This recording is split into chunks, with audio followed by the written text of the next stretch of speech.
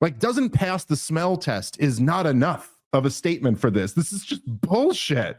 There's just no way. This is like the worst excuse somebody could come up with when they're on this. Mike Waltz, first of all, and I know a little bit of this stuff because I've heard stories behind the scenes. I mean, I just know enough about the guy to know he was terrible from the beginning, but he is like totally just the worst on foreign policy. Doesn't know what he's talking about. He's the type of guy who would say something like, if Vladimir Putin succeeds in Ukraine, he's going to move on Poland next. Like, that's who you're dealing with here. Also, he worked for George W. Bush and Dick Cheney. I mean, I'm just saying, I don't think it's unreasonable at this point to be suspicious of people like that. These are the guys who have been consistently undermining Donald Trump the whole time. In fact, what was his hold on, I'll pull it up right here. I have he was so he was a special forces guy. Again, not saying that alone, discredits you, but it raises an eyebrow. He served the Bush administration as a defense policy director in the Pentagon and as the counterterrorism advisor to Vice President Dick Cheney. Okay. Now, so anyway, I just think essentially my point is here to suspect that the counterterrorism advisor to Dick Cheney is going to be loyal to Donald Trump is perhaps an unreasonable expectation. It's perhaps reasonable to speculate that maybe that guy wouldn't be loyal to Donald Trump. And then my more important point, that's on Donald Trump. That's not, I have never been one, although I did support Donald Trump in this last election, I have never been one to make the bullshit excuses for him that I see so many of the Trump supporters making. Like, oh, he was tricked by his guy. Like, oh, okay. Donald Trump got to choose who his national security advisor were. And there's plenty of great people he could have picked from. And he chose Dick Cheney's counterterrorism guy. I'm sorry. But first of all, that already, even if none of this is true, even if Waltz just fucked up and he's not trying to sabotage the whole thing, and there's no conspiracy here whatsoever, it still really says something about Donald Trump's profound lack of judgment to have picked this guy. And it says something about all the people around Donald Trump. You would just think after everything the country's been through, everything Donald Trump's been through, all the time he's had to learn this, you would just think that, like, if somebody ever suggested, hey, we're thinking about, your next national security advisor, and we have all these great options. I'm thinking Dick Cheney's counterterrorism advisor. You would think, number one, Donald Trump would probably fire you for suggesting that. And number two, that it would never even get to Donald Trump because every single person around him would be like, what? No, we're not doing that anymore. That's not what we're doing. We're not doing that. We're doing an America first thing here. And so it tells you something that none of that happened. It tells you, like, not only did none of that happen, the guy ends up getting the job, not just getting considered for it. He gets the job. Okay. So in the wake of everything that we talked about on the last episode and the stuff I've been alluding to here, last night, Mike Waltz, the national security advisor who is responsible for this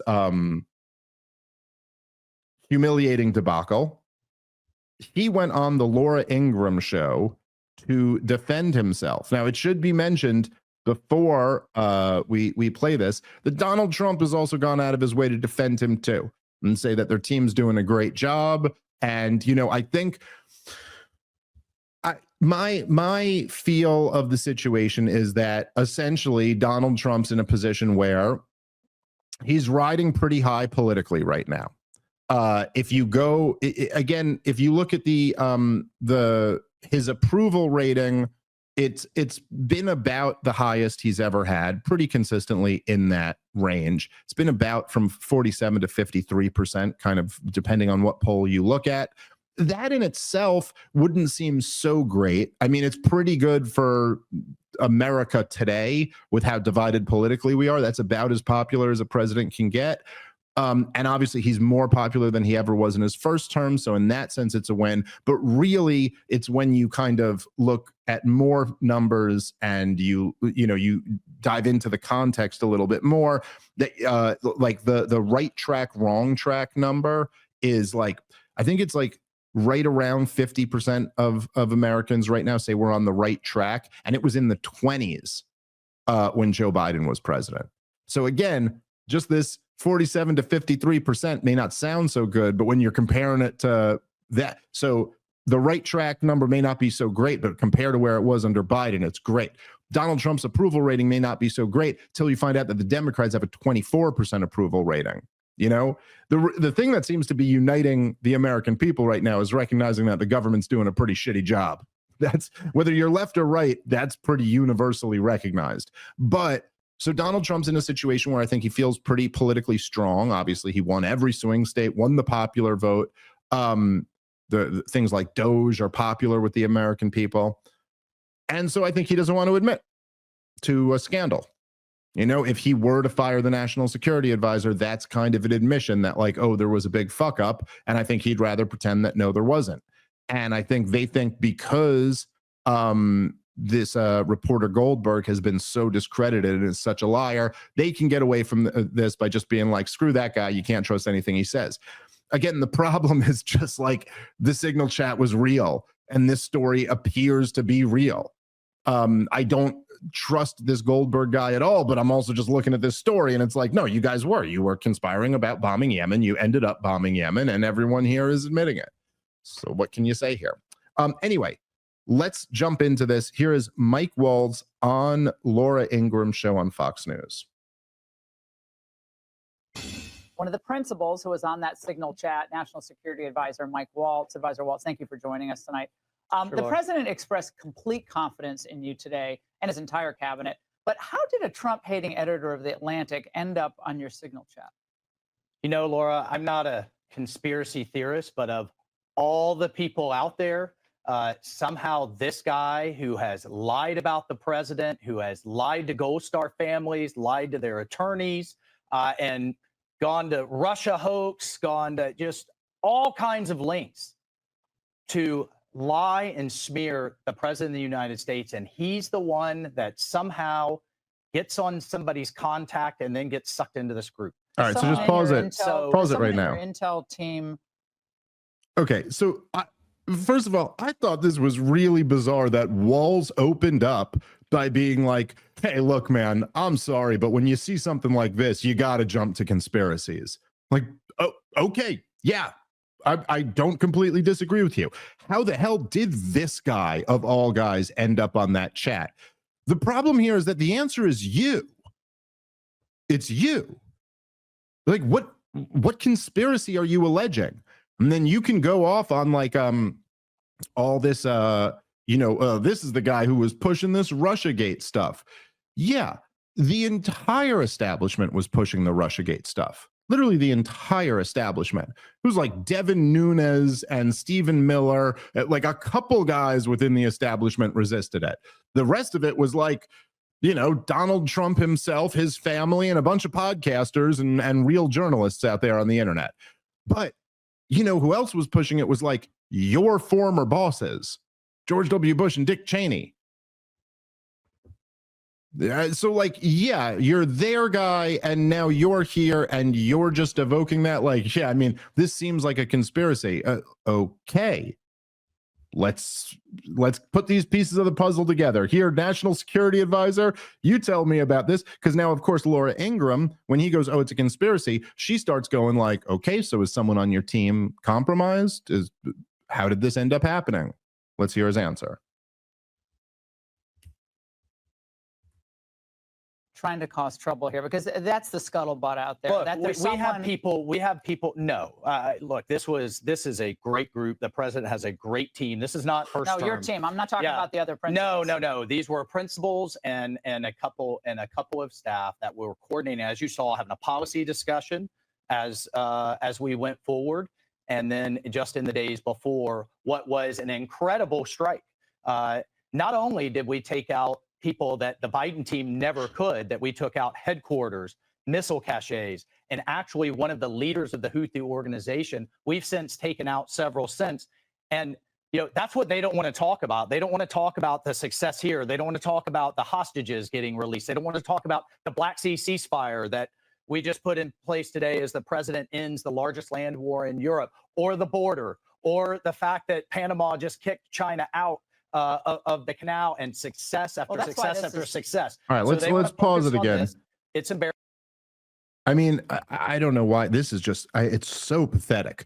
And he's not even good at delivering this. I mean, he seems visibly nervous like the whole time that he's saying this, but this just like pathetic attempt to pivot back to the successes of the administration, which, some of those being legit, some of them not so much. But, he's sitting there and he starts with like, oh, like this is there's some type of conspiracy here. I mean, of all the people out there, this guy gets added to this group chat. And then Laura Ingraham reasonably is like, yeah, so like someone on your team, right? That's the only way this would be a conspiracy. Someone here is working against the president. And then he goes, no, my team's perfect.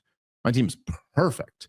I mean, look at all the success. And what they don't want to talk about is how successful this strike, which again, just save me the bullshit on how successful the strike was. Like, what do they even mean by that? Are the Houthis not a problem anymore? Are no more ships going to be fired upon now? Or what do you mean? You mean when we dropped the bombs, it blew shit up? Like, yeah, okay. That was, but everyone's distracting from what a success this was. Well, first of all, this story was out for weeks before this Signal scandal dropped. And yeah, like no one's really talking about what an amazing success it was, because it's just not apparent that anything was achieved other than, killing some kids. That seems to have been achieved. But like, okay, what else was it? But so now you're sitting here saying, well, what exactly is the conspiracy that you're alleging here? Like, and somehow this journalist hacked his way into your Signal chat. Clearly he was added to the chat. I don't think right? He's not claiming anything else. So, okay. Anyway, let's keep playing. Embarrassing, right. Yes. We're going to get to the bottom of it. I just talked to Elon on the way here. We've got the best technical minds looking at how this happened.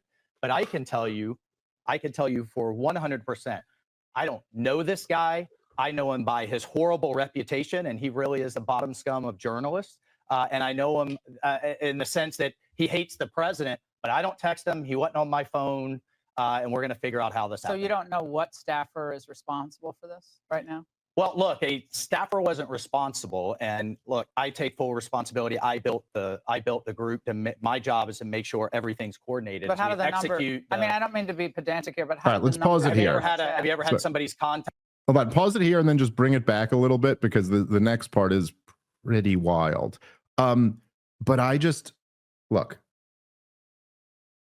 You can't say I'm taking full responsibility for this. I created the chat, but also there's some type of conspiracy afoot here. Like, which one is it?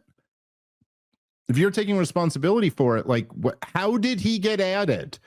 Now, by the way, it is worth pointing out here that Goldberg in his piece says that they had they had communicated in the past. He said he wasn't entirely surprised to have Mike Waltz reaching out to him. So, like, somebody's lying here. Now, we know Goldberg's a liar. Okay, so I'm not, denying that that's a possibility. But it does seem like in this case, his story seems to be much more likely than it's a conspiracy. Like, he doesn't want to throw a staffer under the bus and say maybe somebody else set this up. He's saying he created the group chat. How did this guy get added to the group chat? It seems like you had to at least have his number, have his contacts, have something. I don't know. Explain it to me in a way that makes sense. But that's not you taking full responsibility. And, like, you could sit here and say, like, oh, everybody wants, everybody wants to be distracted with this instead of talking about how great the strike was. It's like, you announced the strike before you did it to a journalist who hates your boss's guts. That seems like a pretty big scandal, man. Like, I don't know how would that not be the topic of conversation? Don't get me wrong. I think the topic of conversation should be about why the hell we're going to war with Yemen, but forget that. All right, let's keep playing. And I know him in the sense that he hates the president, but I don't text him. He wasn't on my phone, and we're going to figure out how this happened. So you don't know what staffer is responsible for this right now? Well, look, a staffer wasn't responsible, and look, I take full responsibility. I built the group. My job is to make sure everything's coordinated. But how did the number? I mean, I don't mean to be pedantic here, but how did the number? Have you ever had somebody's contact that shows their name, and then you have somebody else's number there? I never make those mistakes. Right? You got somebody else's number on someone else's contact. So of course I didn't see this loser in the group. It looked like someone else. Now, whether he did it deliberately or it happened in some other. Okay. This part was just wild to me. So first of all, where he got Laura Ingram's just like trying to be cute or funny there, and she almost like stepped over like the part where she should be. Like, she correctly asks the follow-up question, and then she's like almost giving him cover in a way here. It's like, shut up, Laura, and let him say this. He's going, have you ever had a contact name with somebody else's number in it? Okay, well, first of all, the answer is no. No, I have never had that. And I'm an idiot. I've texted the wrong person, the wrong thing, but I never had the wrong number under a contact name. I mean, perhaps I entered a number wrong, but again, like, what are you suggesting here? Are you suggesting that there was somebody else in that you were trying to add to this message and you got their number wrong, and that number just happened to be the number of the senior editor of The Atlantic? Are you arguing that like he got someone's old number? Like, I'm sorry, this is just so weird to me. Like, what? No, I don't. That doesn't make any sense. And then he at the end, like, by the way, and I'll tell you that this is the truth. I know in my younger days, I knew, and this was never me, by the way. I swear to God, I'm not just saying that, but I knew guys who like had like a girl they were cheating on their girlfriend with, and they had it like saved as somebody else's name. I knew a couple guys who did that move. I'm not saying they should have done that. It wasn't great. We were young at the time, though. But that's like the only thing I could think of in my mind. And then he seems to implicate, like, I don't know that he did that. Like, how would he do that? Did he hack into your phone? Did a journalist for The Atlantic was able to hack into the National Security Advisor's phone and put his number in somebody else's contact in his signal on the hopes that they would organize a signal group text about a bombing plan in Yemen that they would add that guy to, would not realize it was really him? I mean, this makes no sense.